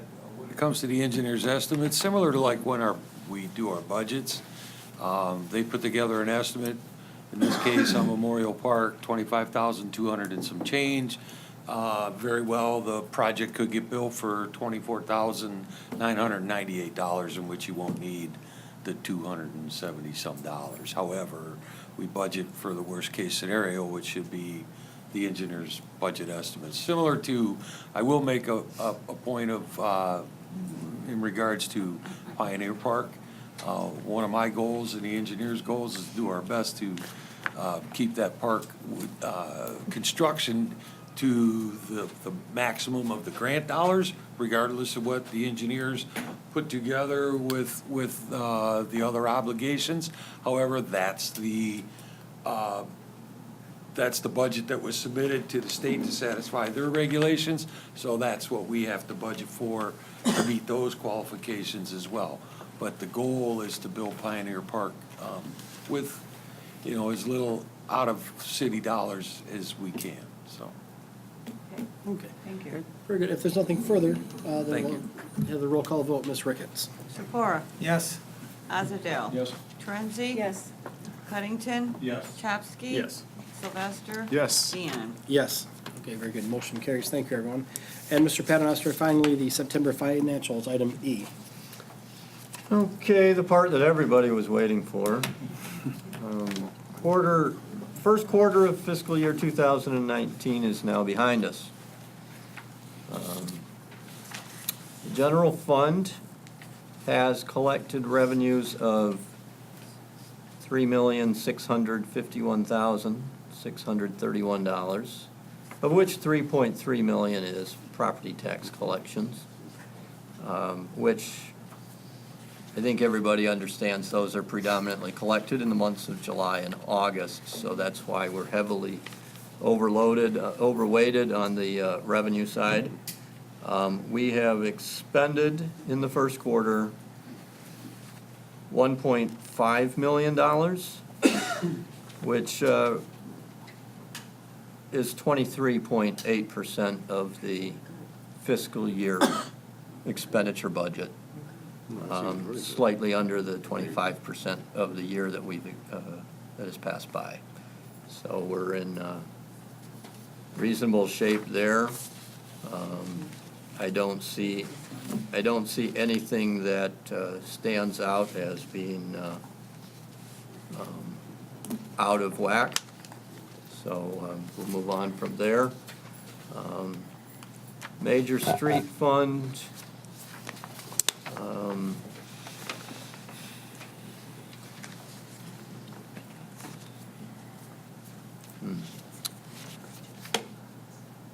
This doesn't make sense. So we haven't received, don't show any revenues in because they are behind, there's a lag, and so our August payment of state tax, of gasoline monies is actually payment from fiscal year 18, so we're not recording any revenues yet. They'll show up in October, which is the next quarter. Same for local street fund.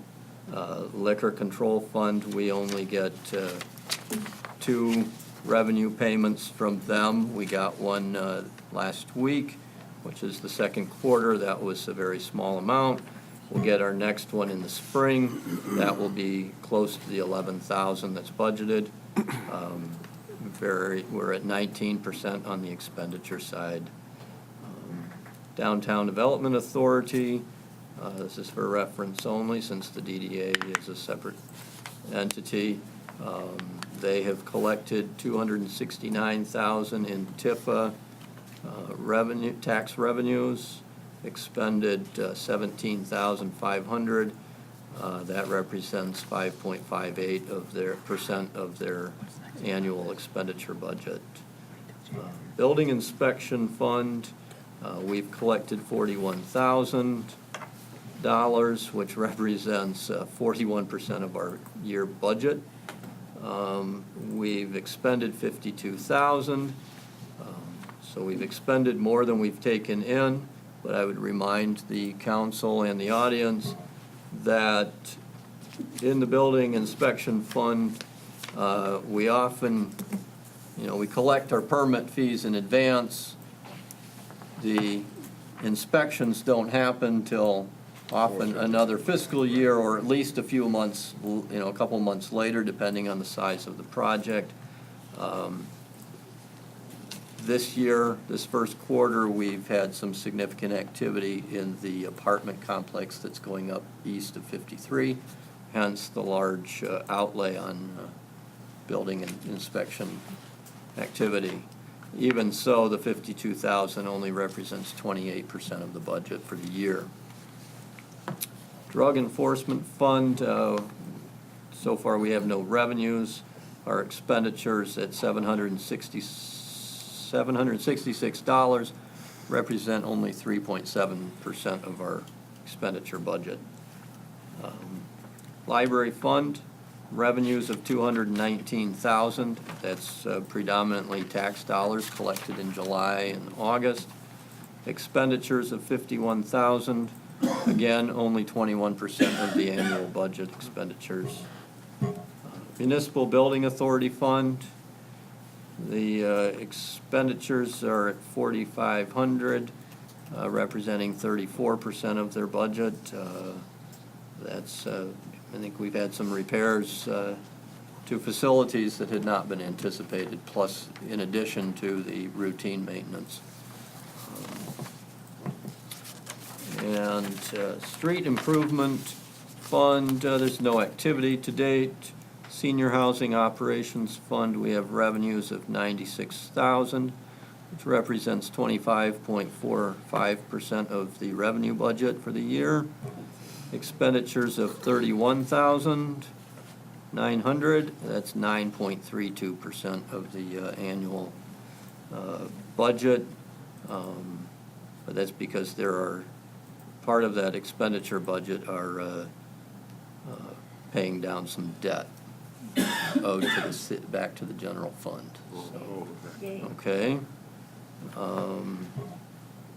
And then the Sewer and Water Fund, we've taken in $816,000 and spent $406,000. And lastly, the Retiree Healthcare Fund, there are no expenditures out of that fund.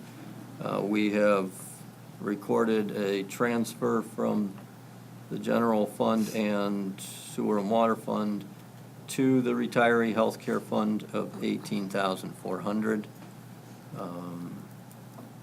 That is for the quarter ending 9/30/18. Again, with the Retiree Healthcare Fund, we currently don't make any disbursements from that fund. We're simply putting funds in there at the normal cost rate. At some point in the future, we hope to be at a point where we can begin to pay the premiums for healthcare out of that fund. But at this point, premiums for retiree healthcare is being paid out of the department from which the retirees had been employed. Okay, that's why the transfer. That's why there's no expenditures out of the fund. We haven't reached a point where making the premium payments for retiree healthcare out of the OPEB fund would not deplete the fund. So, okay? That would be inconvenient. And that closes my report. All right, very good. Thank you, Mr. Paternoster. So next up, we have it from the clerk's office, Ms. Ricketts, reference smart credit transfer to Shelby Township. Good evening, Mayor and Council. This is my annual request to transfer our SMART funding for transportation, which serves seniors and the disabled, to Shelby Township, as we can't afford to run our own bus service. We're looking to transfer municipal credits in the amount of $4,674. Community credits from fiscal year 2019, $7,636, and community credits, that's an addendum, fiscal year 2018, in the amount of $498, for a total of $12,808 to transfer to Shelby Township's bus service, which does serve the residents of the city of Utica. All they have to do is call Shelby and schedule that. So it would require a motion to make the credit transfer. Do we have a motion? I'll make a motion that we transfer the municipal credits over to Shelby Township in the amount of $12,808. 808. Thank you. Support. It's been moved by Mr. Renzi, supported immediately by Mr. Sylvester. Any discussion on the item? Mr. Oslo, sir? I've met with Mr. Roca many times at different meetings where I've seen him. And since the amount is $12,800, I would really encourage the people needing transportation to utilize it. Otherwise, we're wasting the money. And it's available for people over 50, people who are disabled.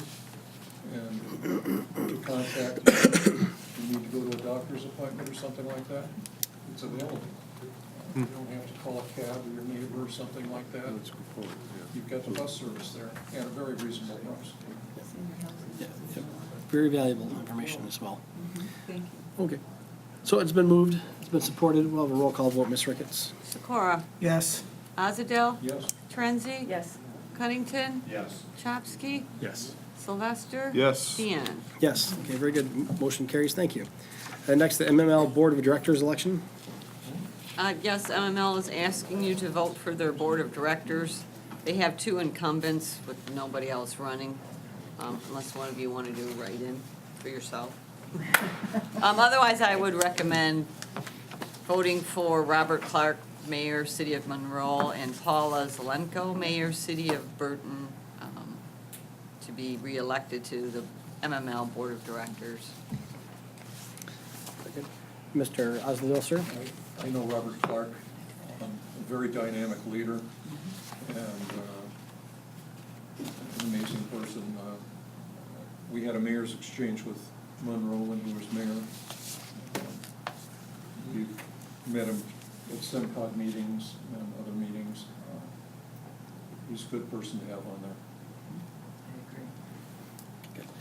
And do we have a motion to elect these 2 individuals? So moved. Support. Moved by Mr. Sikora, supported by Ms. Torenzi. Council, any further discussion on the matter? Very good, Ms. Ricketts. We'll have the roll call vote, please. Sikora? Yes. Azadel? Yes. Torenzi? Yes. Cunnington? Yes. Chopsky? Yes. Sylvester? Yes. Deanne? Yes. Okay, very good. Motion carries. Thank you, Ms. Ricketts. Anything further? Nothing further, just a reminder, absentee ballots are available. Just contact my office if you want to request one. Those are available until the Saturday before the election, so there's currently no big rush. You still have 4 weeks that you can get one. Did you want me to sign? Okay, I'll do. So, very good. Thank you, everyone. Next, Mrs. Daggy from the library.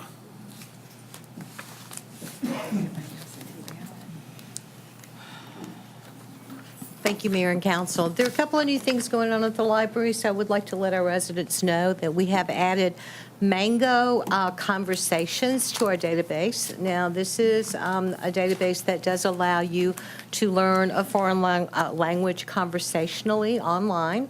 And the number of languages is just astounding. It's far more than we could ever purchase physical items for the library. We do have books and audio CDs for languages at the library, but this allows you to go in. All you need is your library card. There is a link from our webpage, and so you just go to that. You'll need your library card, and then you can just be chattering away and Italian in no time, if that's your choice. Also, we have our therapy dogs are returning. Therapy dogs were very, very popular. It was Pause for Reading, very popular during the summer. And so they're returning starting this week. They'll be coming to the library the second and fourth Wednesdays of every month. This gives children an opportunity, children of any age, an opportunity, adults even, if you want to read these are service animals. So they're golden, it's a golden retriever. They're beautiful dogs. And of course, if you know golden retrievers, they just love you, you know. So they just allow children to read to them without any kind of judgment. This is the theory behind a therapy dog or Pause for Reading, is that you read to a dog. A dog doesn't like grimace if you stumble over a word or huff or puff or anything. It just allows you to read at your own speed. If you make mistakes, it's not a big deal. And it was very, very popular during the summer. And we even had people during the summer, the kids were too shy to read. That's okay. You can come pet a dog. You know, that's fine. You don't have to read. We're not going to force you, you know. And I would like to point out in reference to Mr. Stone's proposal about the murals, that if the city does indeed look to put murals on buildings, that the back of the library is a wonderful canvas that faces M59. And if you think that would be beautiful to have something on that, I've always thought so. And it would be, I think, a real impetus for people when they see it to wonder, gosh, what's going on over there that has this beautiful piece of public art? So just not to forget the back of the library if you do go forward with murals on buildings. Thank y'all very much. All right, thank you, Ms. Daggy. So, Downtown Development Authority, nothing to report at this time, I believe. Parks and Rec, sorry. Gus, do you have something to report from the DDA? Couple quick things. Oh, I'm sorry. Very good. So, Mr. Calandrino, from a representative from the DDA. Thank you, Council Mayor. Bill Lang, we discussed needing to talk to you about snow removal in the downtown area, so we moved our next meeting up to 2:30 PM so that you could possibly make it, the third Thursday of the month. We discussed engaging HRC to develop some plans for what we're going to do once all the trees, the dead trees have been removed from downtown. How we're going to handle that, landscaping, and any new features that we put in the downtown area. We approved the Welcome to Downtown Utica project. I had a meeting with Brian from the Reptarium. He's volunteered to do all the photography for free for us. So I handed over our mock-up for him. He's going to get me photos next week. He also his business donated $300 towards the printing costs. We voted to support the purchase of 2 emergency phones for Grant Park and 1 for Heritage Park, contingent upon Chief Cody and Mayor's visit to Oakland University to discuss the feasibility and also for this coming before council. And we also voted to write a citation for DeBuck Construction for the support they gave for the library repairs. And that's it. Very good. Mr. Calabino, I got it right today. I just have a question. I heard you talk about the Welcome to Utica. Can you explain that? To Welcome to Downtown Utica Yes. package. What it's proposed to be is like a presentation folder. On one side, we'll have business information downtown, for all the downtown businesses, perhaps coupons, advertising, that type of literature. And on the right-hand pocket would be city government information, downtown events, garbage pickup day, city hours, maybe a directory of all the city government folks, that kind of thing. And the idea is it would be mailed to all new residents when they come into the city, so that they'd be well aware of, what's available in the downtown. That's very nice. And when do you anticipate that to be happening? We approved the funding, so now we just need to put it together, need to contact all the businesses, get their involvement. We're hoping to also get some sponsorship to defer some of the costs. So we're pretty much in the beginning of doing all that footwork. We've already got the library interested. One of their programs they want to have entered into the packet, and we have 2 local businesses, as well as the Reptarium, so 3 local businesses that are already on board, and we haven't really started our outreach yet, so. That sounds wonderful. Will you have subsidy in City Hall for the existing residents that may not know? I mean, will there be extra? We talked about leaving a stack at City Hall and also maybe some of the other local businesses as well. That's wonderful. Thank you. You're welcome, thank you. Thank you, Mr. Calandrino. And then, moving forward from there, Parks and Rec, there was nothing to report this time, but we do have Miss Adams left. But we are having a food truck rally this weekend from 1 to 6 PM right here at the library parking lot. There'll be 11 food trucks. Typically, we have 10, but someone squeezed right in. So we should have 11 food trucks, 2 live bands.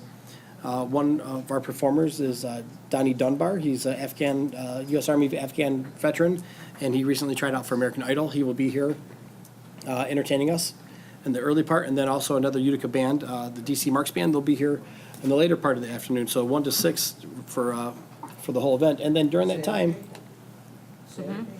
yes, sir, Saturday. Yeah. Yep. So it'll be Saturday, this coming Saturday, the 13th, from 1 to 6 p.m. And then during that event, from 5 to 7 p.m. Within the downtown business district area, the business owners have agreed to have some trick or treating for the kids. So if you have kids that want to come out and have a good time, they can come in costume, they can hit the businesses in the downtown district, and they can receive some treats. Hopefully not too many tricks, mostly the treats. I think that's what they're interested in. Jimmy John's for their brew fest. Yeah, well, the kids, yeah. So, and as well, yeah, Jimmy John's Brew Fest will be going on the same weekend, so that's a win-win for mom and dad, too. Speaking about the Reptarium, there was one resident that reached out, and I've been inside that building. If you're not familiar with where it's at, it's located on Van Dyke, on the west side, south of Hahn, and they have some lizards printed on the front windows. I went in there and spoke with them, and it's an amazing outfit in the inside. I don't know if you've seen it or heard about it. It is absolutely amazing in there. They have many snakes and other reptiles and whatnot. I did have a resident reach out to me, and she was very concerned about the possibility of one of the snakes escaping, and she was very concerned about if they had any poisonous snakes. I went in there and I spoke with the owner. He gave me his business card, and he wants to meet with the resident, so I'm arranging that meet as well. But they do not carry any poisonous animals in there whatsoever. So if one were to escape, snakes are really, really slow moving coming into the wintertime. They're not likely to come to your home. And unless I'm mistaken, Mr. Lang, a snake could not go down into the drain and then come up to your home and visit you in your home. You're mistaken, that absolutely can't happen. He's lying? I mean, in theory, Mr. Lang, we are on the record. Do not. If you want me to lie to you, lie to somebody else. Where were you on this one? Not in the city. Okay. Ripley's, believe it or not, look it up, it's there. Okay, but it's not going to happen in Utica anytime soon, right? We have like some sort of backflow checking system. All right, don't listen to that guy over there. He is making jokes. So, okay, and then the last thing, real quick too, I recently put out an email to all the businesses in the city of Utica.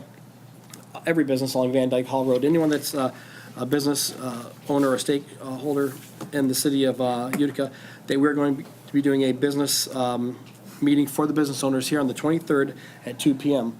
And what we're going to discuss is improving our business flow, and bringing people into the city, combating blight within the business district along Van Dyke and Hall Road, and just kind of getting a sense of what business owners can do to help rally some support so that we can be a beautiful area for our potential shoppers and business goers. So, or store goers, is that a right word? That's probably not a word. We'll say it is. So, nevertheless, that's gonna be on the 23rd here in City Hall at 2 p.m. Thursday? That would be, I believe it's a Thursday. Tuesday, you say? Tuesday. Yeah, okay, very good. Tuesday it is. Tuesday, 2 p.m., the 23rd here. So, and that would be it for that portion. Historic District Commission had nothing at this time. Ms. McGrail-Ballou, our city attorney. Yes, Mayor and Council, we had a closed session to discuss some litigation involving the city. It would be appropriate this time to have a motion made to approve the settlement negotiated by the MML liability and property pool in relation to the plant matter that we discussed in closed session. I'll make a motion to enter into that agreement. Support. It's been moved by Mr. Sikora. It's been supported by Ms. Terenzi. Any discussion on the matter? Very good. Ms. Ricketson, then we'll have a roll call vote, please. Sikora? Yes. Azadel? Yes. Torenzi? Yes. Cuttington? Yes. Chopsky? No. Sylvester? Yes. Deanne? Yes. Very good. Motion carries. Thank you, everyone. Ms. McGrail, anything further? Nothing further. Very good. Planning Commission, Mr. O'Donnell, anything, sir? We didn't have one. Good enough. And then the Senior Housing Steering Committee Chief, or Mr. Lang, anything from Senior Housing? Very good. And then bills payable. Oh, I'm sorry, Mr. Lang. Before we move on, I mean, senior housing is fine, no comments there, but I wanted to add one more thing. And what prompted it was the library and the DDA. When we talk about the Buck Construction and their help with the library project, I don't know if the mayor touched on it.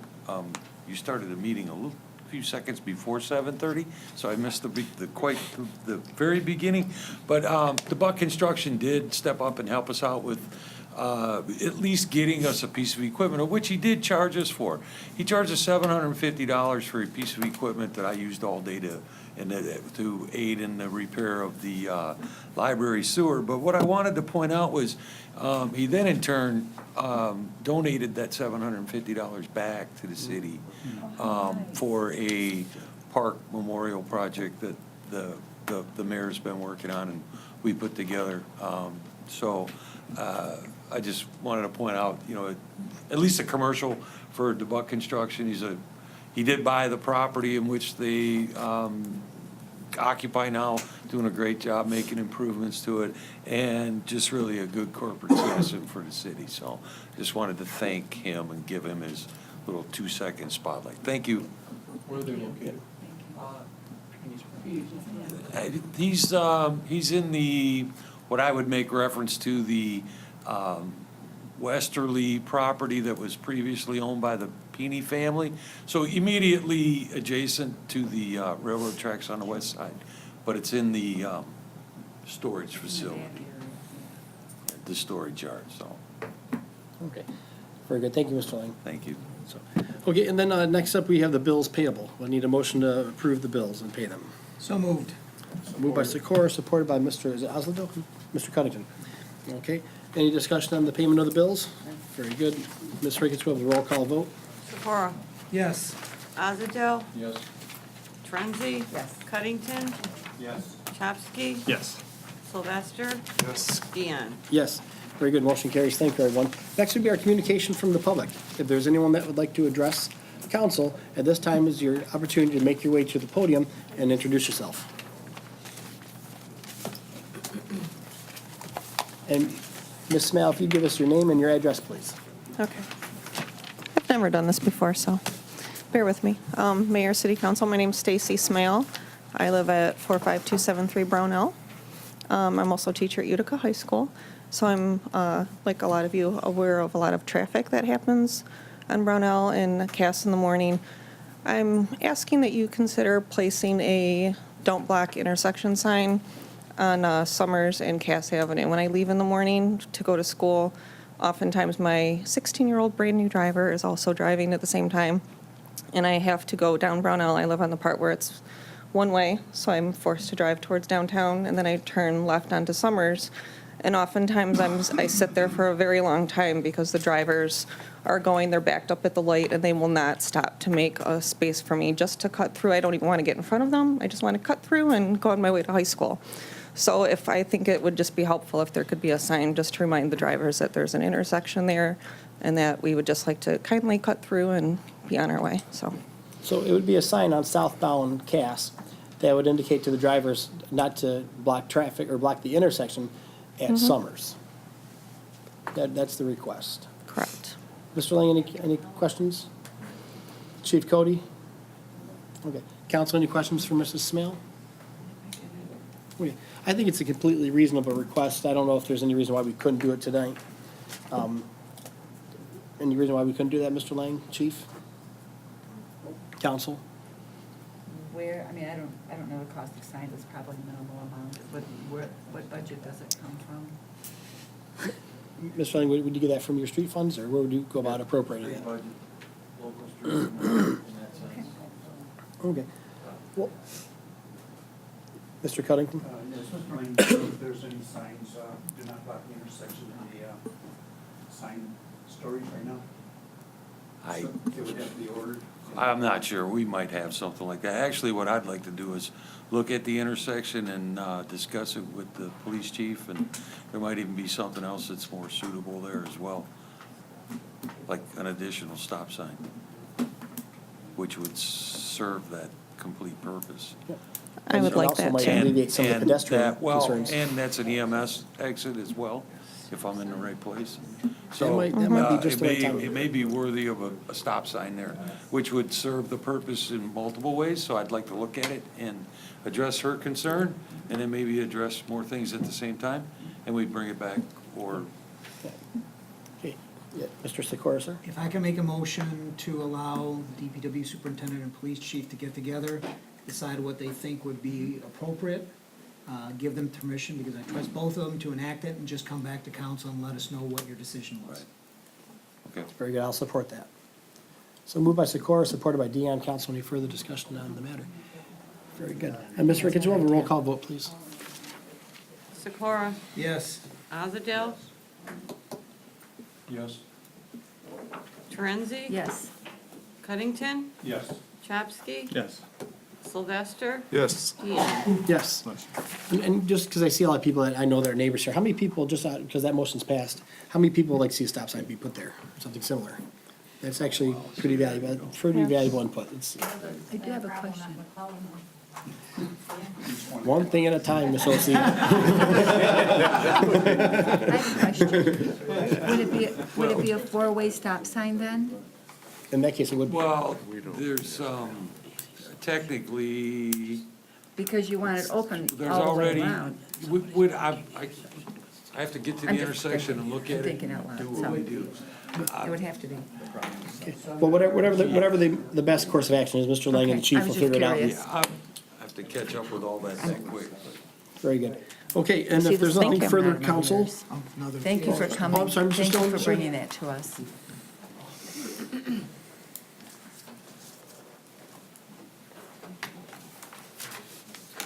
Yeah.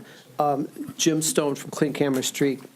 I noticed that you had public comments for items listed on the agenda first. yes, sir. It's hard to comment on something Yes, it is. until we hear the presentations. So I took some notes. Real quick, just thinking, the $270 that came short on that estimate for the Memorial Park, ask the American Legion or the veterans to, do a fundraiser or see if they got some money to kick into that project. It's only $300. Well, as it turns out, we actually have a fund separate from that that's nearly $10,000. It's already been earmarked for that via donations. Okay, but from what my understanding was, there was something cost $25,000 to do this project, and it ran over by, Yeah, it's a great A idea, small absolutely, amount, but so- we do have actual additional funding for that project. And as well, the Okay. DDA is committed to All funding right. it as well. I hope they make a good, it would be nice to see. They've got a great plan, and just as soon as it's ready to be, everything's ready to be Okay, and the second item, real presented, we'll roll quick, it out for you. if they block Cass off, like you, regarding the traffic study, if they block Cass off and make it one-way from, for the M59 study, right, where you can't turn onto Cass from 59? Oh, you can. You can come You can inbound. now, but, You can come inbound off 59 oh, into right, downtown. okay, Yes, sir. but, You can't go southbound. all right, right. Will that impact fire engines? I'm sure they looked at that. They can still get them through? They don't use that route. They get them blasted and, oh, they don't use that route? Okay, thank you. Didn't know. All right. Okay, any further comments for the public? Okay, and sir, and also, Mr. Stone, if you would like ever have the agenda emailed to you, we can also email it to you, and you can get the packet as well.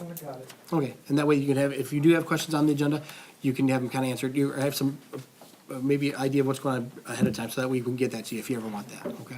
I prefer to hear Oh, yeah, hear the feedback first. yeah, okay. So, okay, council, if there's nothing, happen, you can't make a comment. thank you. Yes, sir. Okay, council, if there's nothing further, we'll have a motion to adjourn. So moved. Support. Moved by Sikora, supported by, we'll say, Osladell this time. Okay, it was a race, and Mr. Osladell won. Ms. Ricketts will take the roll call vote, please. Sikora? Yes. Azadel? Yes. Trenzi? Cunnington? Yes. Yes, Topsky? yes. Sorry. Sylvester? Yes. Deanna? Yes, very good. That sounds wonderful. I'm so excited. I traveled a lot as a young man, as a child, and I don't really have the big travel bug anymore. But the one area, you're right. To me, I could have got that too. I'd like to get back. I'd like to do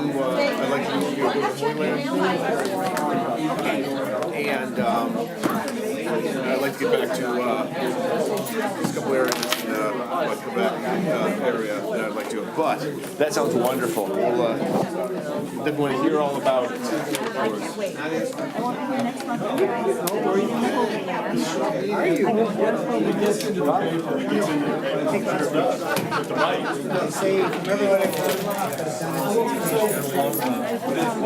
No bucket ball. I don't care if I go anywhere anymore, or the fourth,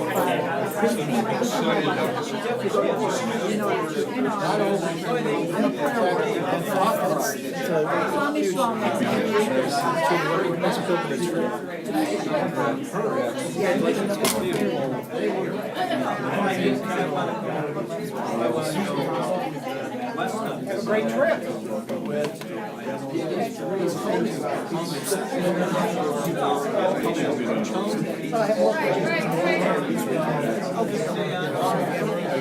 Saturday, come back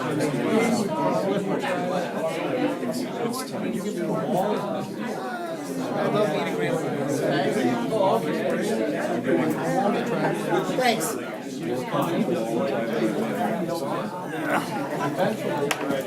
Drinking? You drinking? I have your cooler and your Boomba to return. After, no, I gotta give.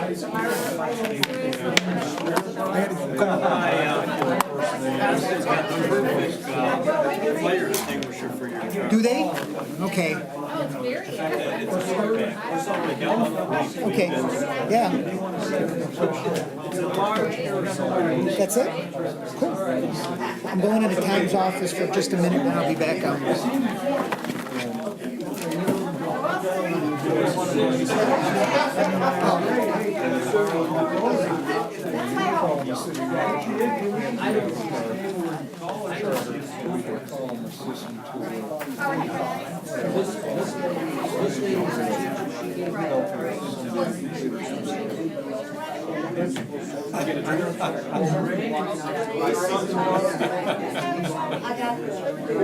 Expect you to spell the name correctly on your right hand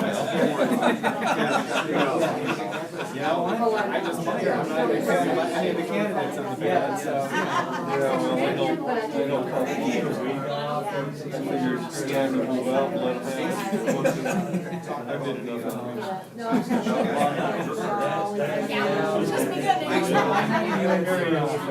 enough.